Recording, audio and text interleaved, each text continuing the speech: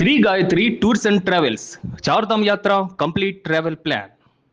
ఈతకు వెళ్లి 5 మంది గల్లంతయ్యారు. కర్నూలు జిల్లా మంత్రాలయం వద్ద తుంగభద్ర నదిలో ఈతకు వెళ్లారు. ఈతకు వెళ్లినటువంటి 5గురు ఆ నీటిలో గల్లంతైపోయారు. అయితే నీటి లోతు ఎంత ఉందో అంచనా వేయలేకే ఈ ప్రమాదం జరిగినట్లు తెలుస్తోంది. ఇక ఆగోనికి చెందినటువంటి అపర్ణ సురక్షితంగా బయటపడ్డది. మిగతా వారి కోసం గాలింపు చర్యలు చేపడుతున్నారు పోలీసులు, మత్స్యకారులు. ఇక ప్రస్తుతం అక్కడ గాలింపు చర్యలు జరుగుతున్నాయి. ఇక ఒక్కసారిగా కూడా విషాద ఛాయలు అలుముకున్నాయి కర్నూలు జిల్లా మంత్రాలయం వద్ద తుంగభద్రలో జరిగినటువంటి ఈ ఘటనతో.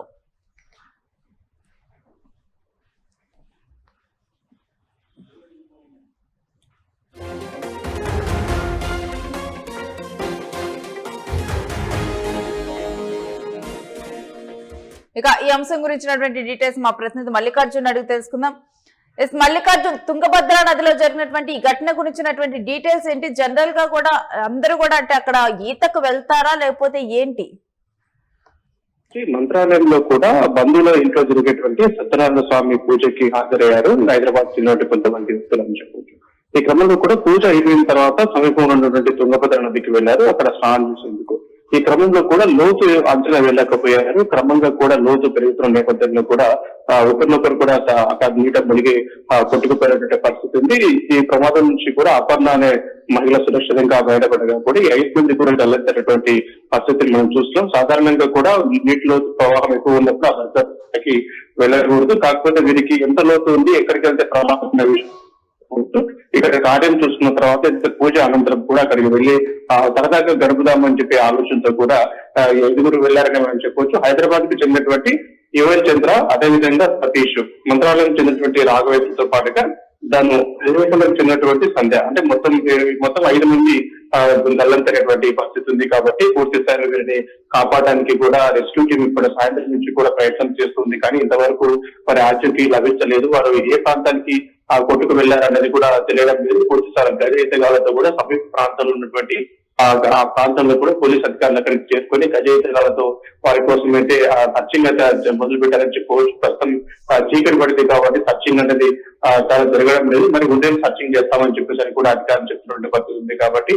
పూర్తి స్థాయిలో ఏదైతే సత్యనారాయణ వ్రతం ఏదైతే ఉందో సత్యనారాయణ స్వామి పూజకి హాజరైనటువంటి 5 మంది కూడా పూర్తి స్థాయిలో ప్రమాదవశాత్తు అక్కడికి లోపలికి వెళ్ళడం, ఆ లోతు ఎక్కువగా ఉందని గమనించకపోవడం వల్ల కూడా ఈ రోజు 5 మంది కొట్టుకుపోవడం చెప్పేసి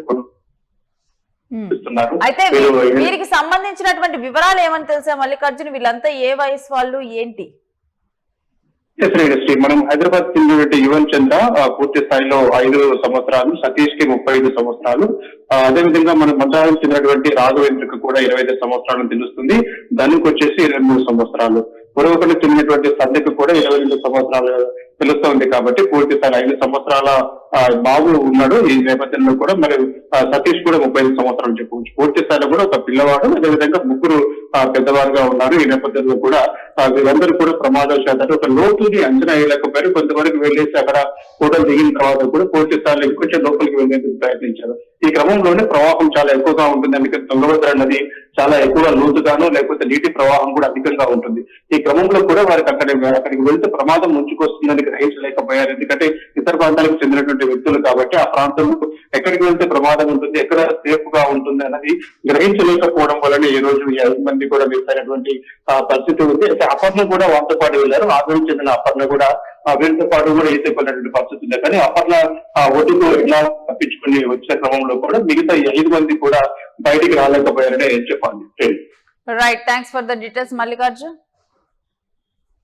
ఇక నీటి లోతు ఎంతో అంచనా వేయలేక తమ చుట్టాలింటికి వ్రతం కోసం వచ్చినటువంటి వారు ఆ తర్వాత పిల్లలందరూ కూడా కలిసి తుంగభద్ర నది దగ్గరికి రావటము, అక్కడ ఈత కొట్టేందుకు వాళ్ళు నీళ్ళలోకి దిగటం, తర్వాత మనం జనరల్ గా నదుల్లో గాని చెరువుల్లో గాని వీటిలో చూసినప్పుడు ఒక వరకు ఒక లోతున్నా గానీ తర్వాత అంటే గతంలో అక్కడ వచ్చినటువంటి వరదల కారణంగా గానీ ఇతరత్ర కారణాల వల్ల కానీ కింద నేల అనేది కొట్టుకుపోతుంది, ఉన్నటువంటి గుంతలు ఏర్పడుతూ ఉంటాయి.